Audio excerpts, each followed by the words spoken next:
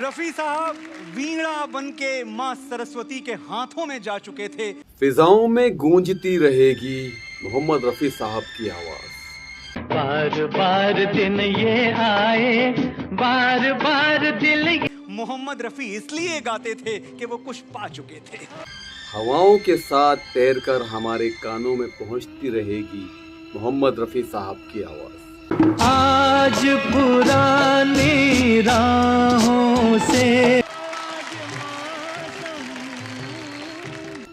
आज का शो, आज का ये एपिसोड, छोटा सा वीडियो मेरे दोस्तों बहुत इमोशनल होने वाला है। दुनिया के रखवाले। क्योंकि मैं आज याद कर रहा हूँ हमारे और आपके प्यारे मोहम्मद रफी साहब को। एक शेर रफी साहब के लिए अर्ज कर रहा हूँ।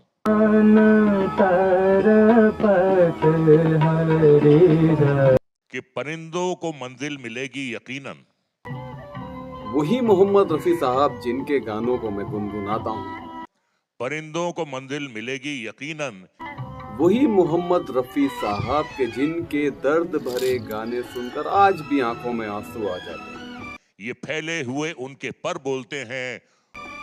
वो मोहम्मद रफी साहब के जब कहीं बर्थडे होता है और उनका गाना बजाया जाता है मेरे दोस्तों, तो बच्चे भी झूमने लगते हैं। वही लोग खामोश रहते हैं अक्सर जमाने में जिनके हुनर बोलते हैं। बार बार दिन ये आए, बार बार दिल। एक शो चल रहा था इंडियन आइडल, उसका एक एपिसोड चल रहा था मोहम्मद रफी स्पेशल।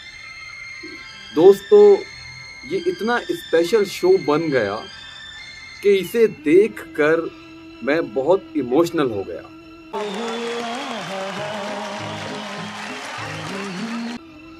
शो के अंदर खुसूसी मेहमान आए हुए थे जिनका नाम है रजा मुराद और दूसरे थे शब्बीर कुमार साहब। शब्बीर कुमार साहब का पैटर्न, उनका स्टाइल मोहम्मद रफी साहब से मिलता हुआ गाने का, और एक बेहतरीन गायक कलाकार जो आज भी अपने स्टेज शो में बहुत मसरूफ रहते हैं और इनकी बहुत डिमांड है हमारे देश में।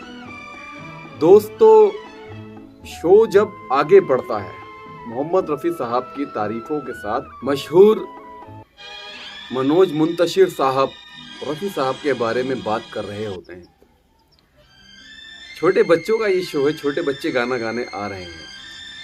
दीवाना हुआ बादल सावन की घटा छाई, ये देख के दिल झूमा ली प्यार ने अंगड़ाई। एक छोटा बच्चा गाना गा रहा है और सभी लोग उसे देख रहे हैं और यूं महसूस हो रहा है कि जैसे कहीं आस-पास मोहम्मद रफी साहब की रूह कहीं ऊपर बैठी हुई आसमानों के पास, कहीं स्टेज के आसपास मंडराती हुई उस बच्चे की आवाज सुन रही है और उस शो को कामयाब बनाने की पूरी कोशिश हो रही है।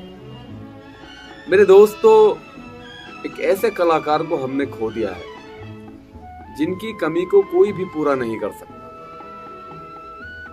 वहीं पर बैठे हुए हैं शब्बीर कुमार साहब जो कि रफी साहब को अपना गुरु मानते हैं। ये रफी साहब की जो आपने ये आर्ट बनाई है, वो खोए हुए हैं, उनके हाथ में पेन है और एक स्केच है जिसे वो ड्राइंग कर रहे हैं। वो इतनी दूर से भी देखकर लग रहा है कि रफी साहब हमारे सामने हैं। जब गाना पूरा होता है और उनसे उनका ओपिनियन मांगा जाता है तो वो एक तस्वीर वहां पर सभी को दिखाते हैं। इतना रियल बनाया है, माय गॉड। वो तस्वीर होती है मोहम्मद रफी साहब की तस्वीर। दोस्तों ये एक पेंटिंग है। लग रहा है बोलेंगे अभी।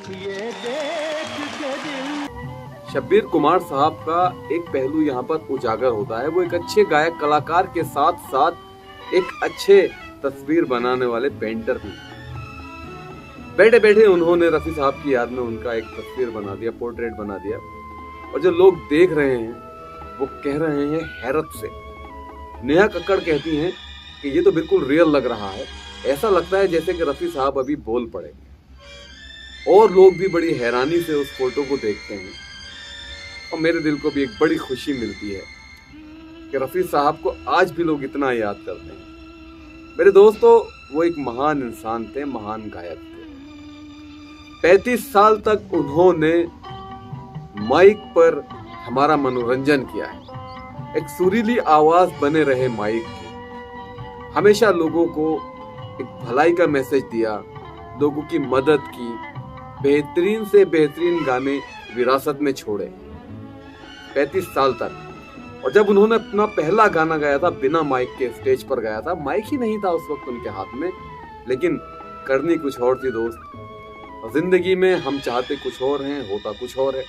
रफी साहब की किस्मत में बुलंदियों पर जाना लिखा था। ये आवाज उनकी अपनी नहीं थी, बल्कि लोग कहते हैं कि गॉड की आवाज थी, अल्लाह की आवाज थी, ईश्वर की आवाज थी, भगवान की आवाज थी।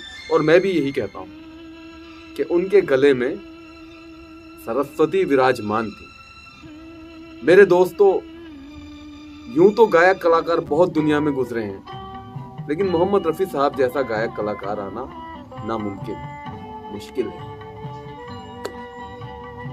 बहुत अच्छी तरह से उनका ये बर्थडे सेलिब्रेट किया गया। बच्चों ने भी गाने गाए, बड़ों ने भी गाए, और रजा मुराद साहब ने भी उनके बारे में बहुत सारी बातें बयान की हैं जो कि वायरल हो चुकी हैं। लेकिन मैं आज इस पर एपिसोड बनाकर आपके सामने लेकर आया हूँ। उम्मीद करता हूँ आपको पसंद आएगा। अपने दोस्त को, अपने भाई को इजाजत दीजिए। एपिसोड अगर पसंद आया हो मेरे दोस्तों तो लाइक जरूर कीजिएगा, कमेंट भी कीजिए। अस्सलाम वालेकुम।